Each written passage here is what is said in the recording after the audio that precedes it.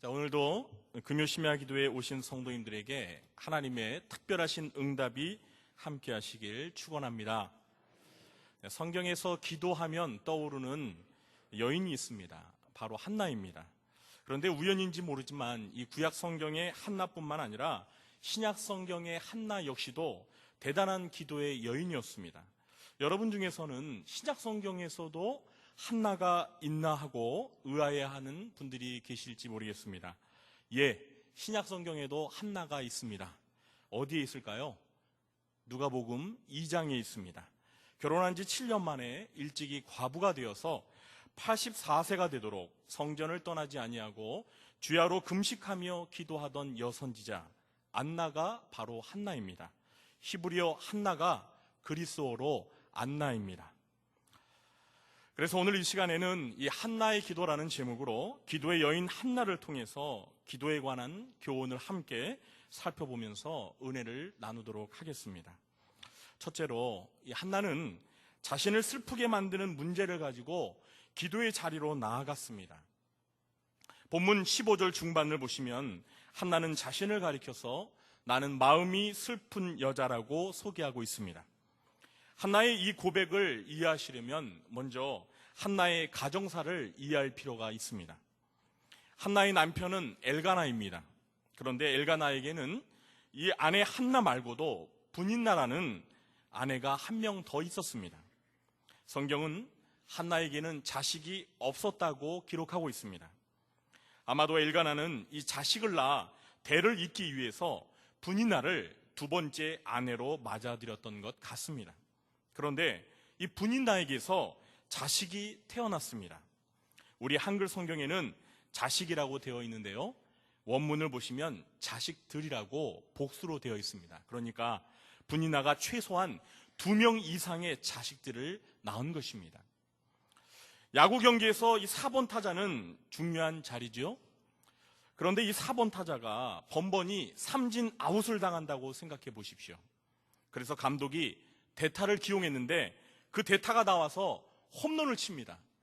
그것도 연이어 계속해서 홈런을 칩니다.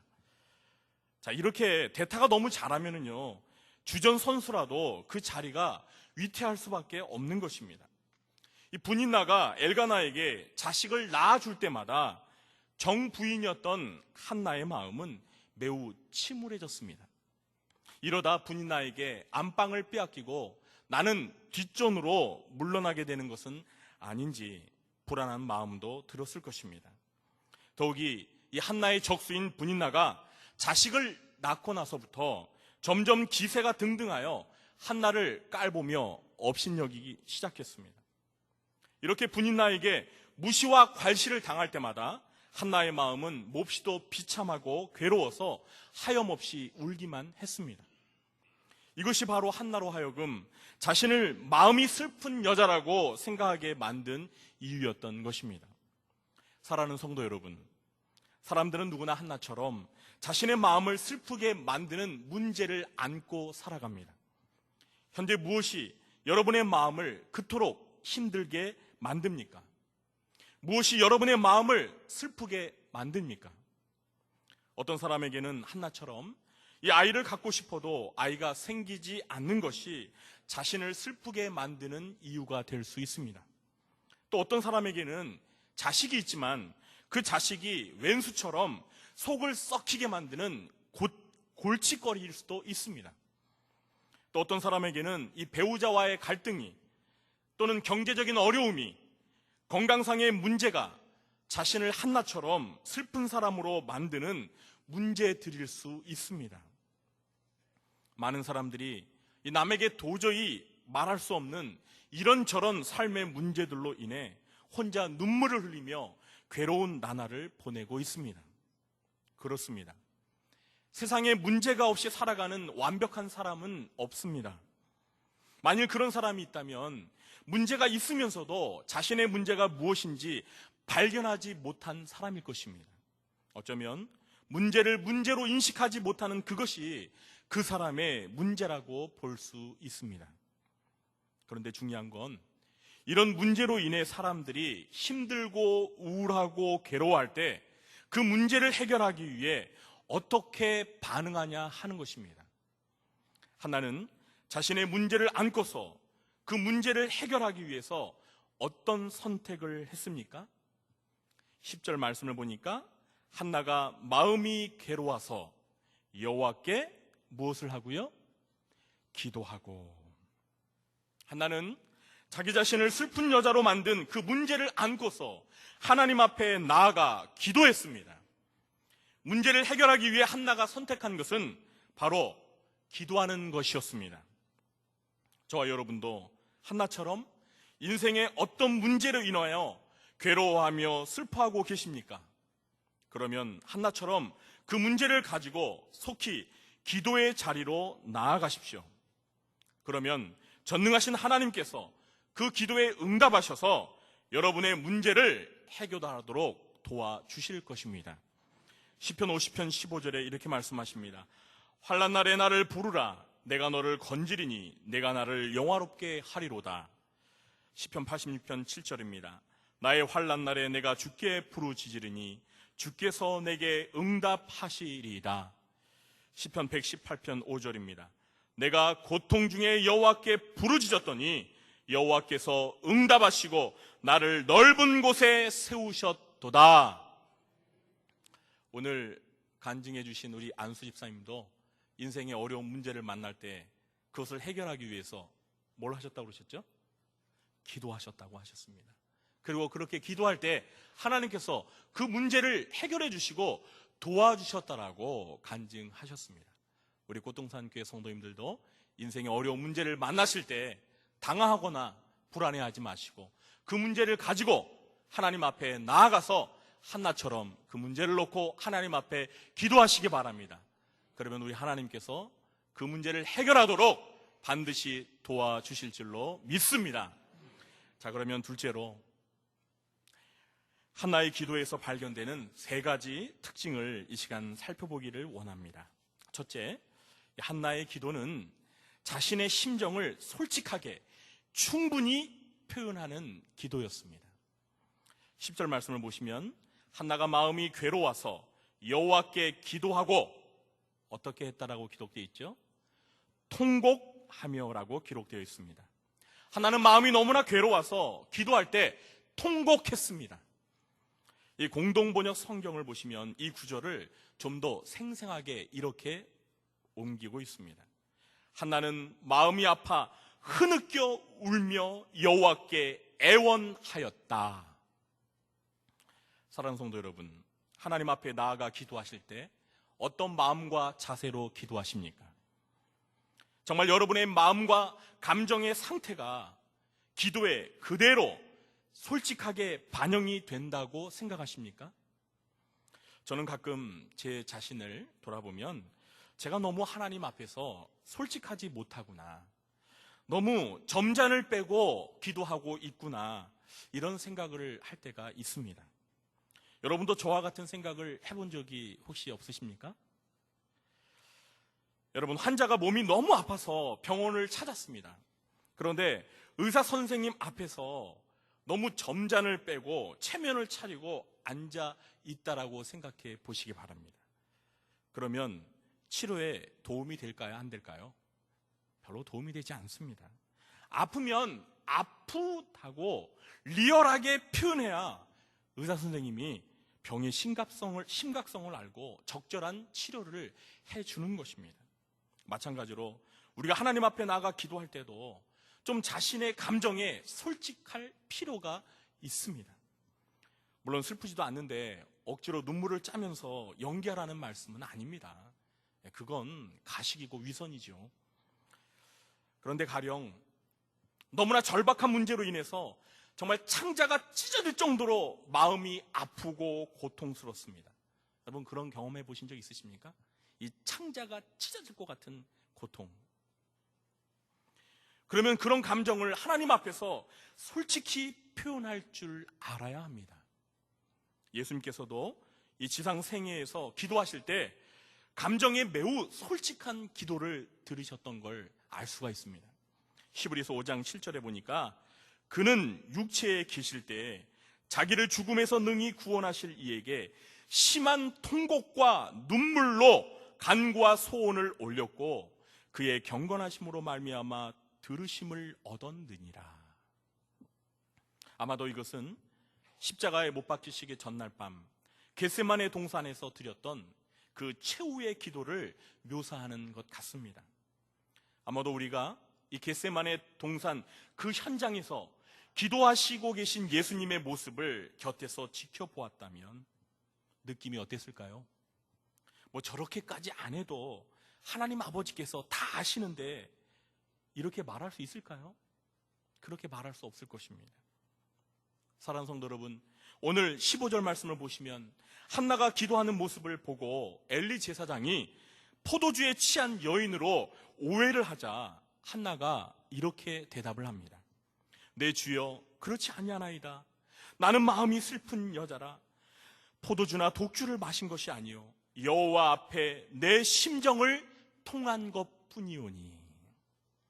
여기에서 내 심정을 통한 것이다, 이것을요 문자적으로 그대로 옮겨보면 이렇습니다. 내가 나의 심령을 쏟아 부었습니다. 내가 나의 심정을 하나님 앞에 쏟아 부었다라는 것입니다. 우리 찬송가의 가사에 보시면 이런 찬송 가사가 있죠. 주 예수께 조용히 나가 내 마음을 쏟아놓으라. 바로 이 가사와 똑같이 일치하는 표현입니다. 우리가 기도할 때 하나님 앞에서 감정에 솔직한 것도 중요합니다. 그런데 무엇보다도 기도할 때 중요한 것은 우리의 심정을, 우리의 마음을 하나님 앞에 충분히 다 쏟아 놓는 것, 이것도 매우 중요합니다. 그런데 어떻습니까? 많은 경우 우리들은 충분히 쏟아놓지 못한 상태에서 기도의 자리에서 일어날 때가 얼마나 많습니까? 아무래도 우리의 심정을 충분히 쏟아놓으려면 어느 정도 기도의 시간이 충분히 확보되어야 합니다. 그런데 오늘날 현대의 크리스찬들의 문제점은 이 분주한 삶 속에서 시간에 쫓겨 살다 보니까 우리의 마음을 쏟아부으며 기도할 시간이 턱없이 부족하다는 데 문제가 있습니다. 그래도 우리 꽃동산교회 성도님들은 TV 드라마를 보는 시간을 아껴서라도, 여가 생활을 좀 줄여서라도 한나처럼 하나님 앞에 나아가 내 마음을 온전히 쏟아부으며 하나님과 깊은 기도의 교제를 나누시는 삶을 살아가는 기도자가 되시길 주님의 이름으로 축원합니다. 둘째는, 이 한나의 기도는 하나님께 희생과 헌신을 약속하는 서원 기도였습니다. 11절 말씀을 보시면은요, 한나는 여호와께 기도하고 통곡하며 서원하여 이르되, 이렇게 기록되어 있습니다. 성도 여러분, 서원 기도가 무엇입니까? 서원 기도는 기도자가 하나님 앞에 어떤 행동을 이행하겠다고 맹세하며 약속하는 기도를 말합니다. 한나가 하나님 앞에서 서원한 그 내용을 간단히 요약해 보면 이렇습니다. 만일 하나님께서 나의 기도를 들어주셔서 나에게 아들을 주시면 제가 그 아들을 평생 동안 하나님께 바치겠습니다. 성도 여러분, 일반적으로 우리들의 기도를 가만 살펴보면요, 하나님 앞에 너무 일방적으로 하나님께 달라고, 하나님 주시옵소서, 이런 기도를 드리는 게 사실입니다. 그런데 한나는 하나님께 무조건 아들을 달라고만 기도하지 않았습니다. 하나님이 주시면 저도 제 아들을 평생 동안 하나님께 바치겠습니다, 이렇게 자기 헌신과 자기 희생을 하나님 앞에 약속하는 서원 기도를 드렸다는 것입니다. 사실 우리도 서원 기도를 드릴 때가 있죠. 그런 기도를 언제 드리죠? 아마 여러분들 인생에서 한두 번 이상은 이런 서원 기도를 들으신 적이 있으실 것입니다. 그때가 언제입니까? 아주 상황이 매우 절박할 때, 하나님, 제가 지금 처한 상황이 너무나 절박합니다. 이번 기회에 제 소원을 들어주시기만 한다면 제가 반드시 이렇게 하겠습니다. 사실 이런 간절한 소원 기도가 하나님 응답을 받는데요, 매우 효과적인 면이 없지 않아 있습니다. 우리가 경험적으로 그런 것들을 경험하게 됩니다. 그런데 문제는 하나님의 응답을 받고 나서 하나님 앞에 서운한 것을 이행하느냐, 이게 문제입니다. 어떤 분들은 하나님께서 기도에 응답해 주셨는데 마음이 변심해서 서원을 이행하지 않는 경우가 있습니다. 그런 경우에는 반드시 하나님께 약속을 이행해야 합니다. 그렇지 않으면 오히려 화를 받을 수도 있기 때문입니다. 한나의 기도에서 배울 점은 자신의 서원을 하나님 앞에서 신실하게 지켰다는 것입니다. 하나님께서 한나의 기도를 들어주시고 한나에게 아들을 주셨습니다. 그러자 한나는 젖을 뗄 때까지 사무엘을 집에서 키우다가 젖을 떼고 난 후에는 성전에 데려가서 하나님 앞에 아들을 나실인으로 바쳤습니다. 이 아들이 누구죠? 그렇습니다. 사무엘입니다. 여러분, 사무엘이 누구입니까? 영적으로 혼탁한 사사시대를 마감하고 이제 이 왕정시대를 열면서 마지막 사사로서, 선지자로서, 제사장으로서 1인 3역을 하면서 하나님 앞에 귀하게 쓰임받은 위대한 하나님의 종, 그가 바로 사무엘이었습니다. 저는 우리 부모님들이 정말 한나처럼 이렇게 우리의 자녀들을 하나님 앞에서 하나님의 일꾼으로 바치는 그런 희생과 헌신의 마음가짐이 필요하다고 생각합니다. 그렇다고 목회자로 키우라는 말은 아닙니다. 그런 뜻이 아니라 내가 낳은 자식이지만 하나님께서 주신 하나님의 기업임으로 하나님의 뜻에 따라 하나님의 마음대로 사용하시도록 하나님께 이 자식에 대한 소유권을 양도하며 자식을 키우시라는 의미입니다. 저는 가끔 이 강대상에서요, 주일 예배 때 이 헌화식을 하는 그 부부들을 바라보면서 그런 생각을 해볼 때가 있습니다. 과연 저 성도님들이 어떤 마음가짐으로 헌화식에 임할까? 솔직히 이게 궁금합니다. 혹시 교회에서 주는 이 출산 장려금이 탐나서 헌화식을 하시는 분은 없으시겠죠. 아니면 이 목사님에게 축복 기도를 받는 것에 큰 의미를 부여할 수도 있습니다. 굉장히 소중합니다. 자, 그런데 헌화식의 본질은요, 내 자식의 소유권을 하나님께 양도하겠다는 엄숙한 서원입니다. 사무엘을 하나님께 바친 이 한나의 심정이 헌화식을 하시는 우리 부모님들의 신앙 고백이 되었으면 좋겠습니다. 그러면 하나님께서 사무엘을 귀하게 사용하셨던 것처럼 하나님 앞에 바쳐진 우리의 자녀들을 사무엘처럼 귀하게 사용하실 것이라 저는 믿습니다. 사랑하는 성도 여러분, 우리 믿는 부모들의 간절한 소원이 무엇입니까? 우리의 자녀들이 믿음 안에서 잘 자라서 하나님의 영광을 위하여 귀하게 살아가는 것, 그것 아닙니까? 정말 이 어렵고 혼란한 시대에 사무엘과 같은 자녀 한 명만 제대로 키워도 한 나라와 민족을 살릴 수가 있습니다. 요셉을 보십시오. 요셉 한 사람으로 인해서 애굽 한 민족이 태평성대를 누리지 않았습니까? 이 자리에 나오신 우리 부모님들의 자녀들과 그리고 우리 꽃동산 교회 모든 부모님의 자녀들이 모두가 사무엘처럼 하나님께 바쳐져서 이 시대를 위해 귀하게 쓰임받는 영향력 있는 하나님의 일꾼으로 쓰임받게 되기를 주님의 이름으로 축원합니다. 마지막 셋째, 이 한나의 기도는 하나님의 응답을 확신한 겸손한 믿음의 기도였습니다. 우리 17절 말씀과 18절 말씀을 다 함께 한 목소리로 읽어볼까요? 엘리가 대답하여 이르되 평안히 가라. 이스라엘의 하나님이 내가 기도하여 구한 것을 허락하시기를 원하노라 하니 이르되 당신의 여종이 당신께 은혜 입기를 원하나이다 하고 가서 먹고 얼굴에 다시는 근심빛이 없더라. 아멘. 성도 여러분, 누가 한나에게 한나의 기도가 하나님 앞에 응답받게 되기를 축복해 줬죠. 엘리 제사장이죠. 근데 여러분, 이 엘리 제사장이 누굽니까? 누구의 아버지죠? 홈리와 비느하스의 아버지입니다.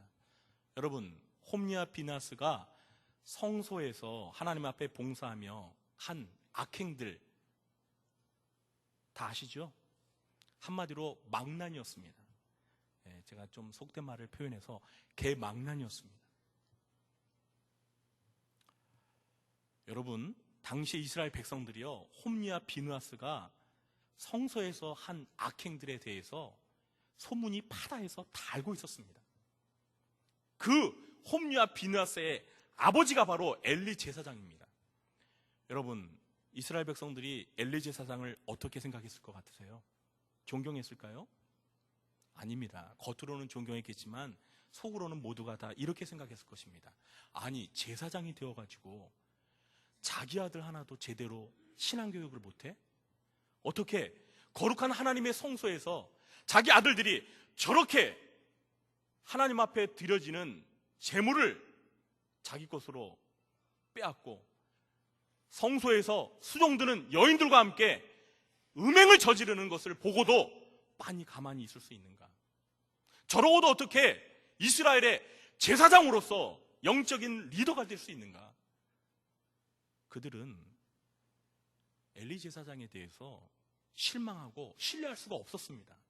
다시 말해서 이 사무엘이 살던 당시에, 한나가 살던 당시에 엘리 제사장의 영적인 권위는요, 이미 바닥에 곤두박질 치고 있었어요.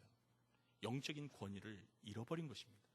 여러분, 한나가 귀머거리입니까? 한나가 앞을 못 보는 시각장애인입니까? 아닙니다. 한나가 그 사실 다 알고 있습니다. 그럼에도 불구하고 한나는 하나님 앞에 기도했을 때 자기의 기도에 대해서 엘리 제사장이 너의 기도를 하나님께서 들어주시고 허락해 주시기를 내가 원한다라고 축복했을 때 겸손한 마음으로 주의 여종이 당신에게 은혜 받기를 원합니다, 이렇게 말씀하고 돌아가서 수심이 없고 근심하지 않고, 그 전에는 식음을 전폐하고 하나님 앞에 울며 통곡하며 기도했는데 이제 식사도 하고 그렇게 엘리 제사장의 축복을 사모하고 그 축복이 그대로 이루어져서 자신의 기도가 하나님 앞에 응답받을 것이라는 것을 절대적으로 확신하며 믿었다는 사실입니다. 사랑하는 성도 여러분, 저와 여러분 같으시면 어떻게 하시겠습니까? 그런 영적인 지도자의 축복을 받아들이시겠습니까? 자기 아들도 똑바로 교육시키지 못하는 사람이 어떻게 나에게 하나님께서 자식을 주시기를 축복할 수 있을까? 그런 축복에 하나님은 과연 응답을 해주실까? 사랑하는 성도 여러분, 하나님 앞에 기도 응답을 받는 조건 중에 중요한 조건이 무엇입니까? 그것은 의심하지 않고 믿음으로 기도하는 것입니다. 야고보서 1장 6절로부터 8절 말씀은 이렇게 기록되어 있죠. 오직 믿음으로 구하고 조금도 의심하지 말라. 의심하는 자는 마치 바람에 밀려 요동하는 바닷물결 같으니 이런 사람은 무엇이든지 죽게 얻기를 생각하지 말라.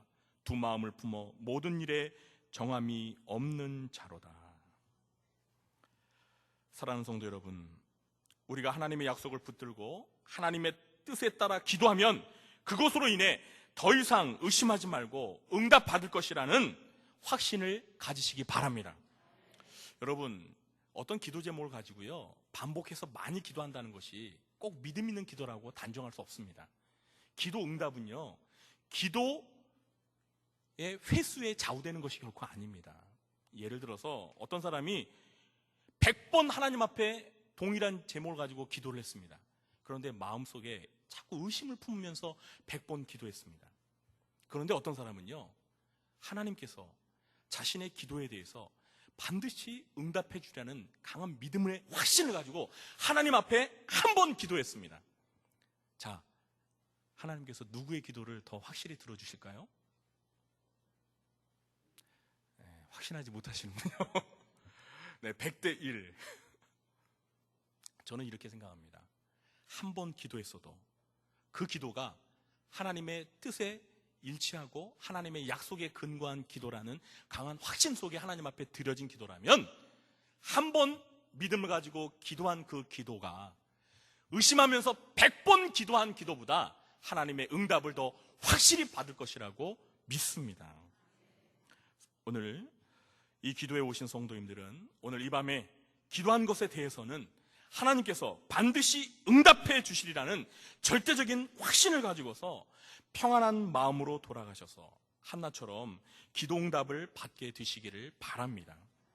오늘 이 한나의 기도에 나타난 몇 가지 특징들을 여러분의 기도 생활에 잘 적응하시고 실천하셔서 한나처럼 평생을 기도의 삶으로 살아가시면서 하나님 앞에 영광을 돌려드리고 기도 응답 받는 복된 삶이 되시기를 주님의 이름으로 간절히 축원합니다. 기도하겠습니다.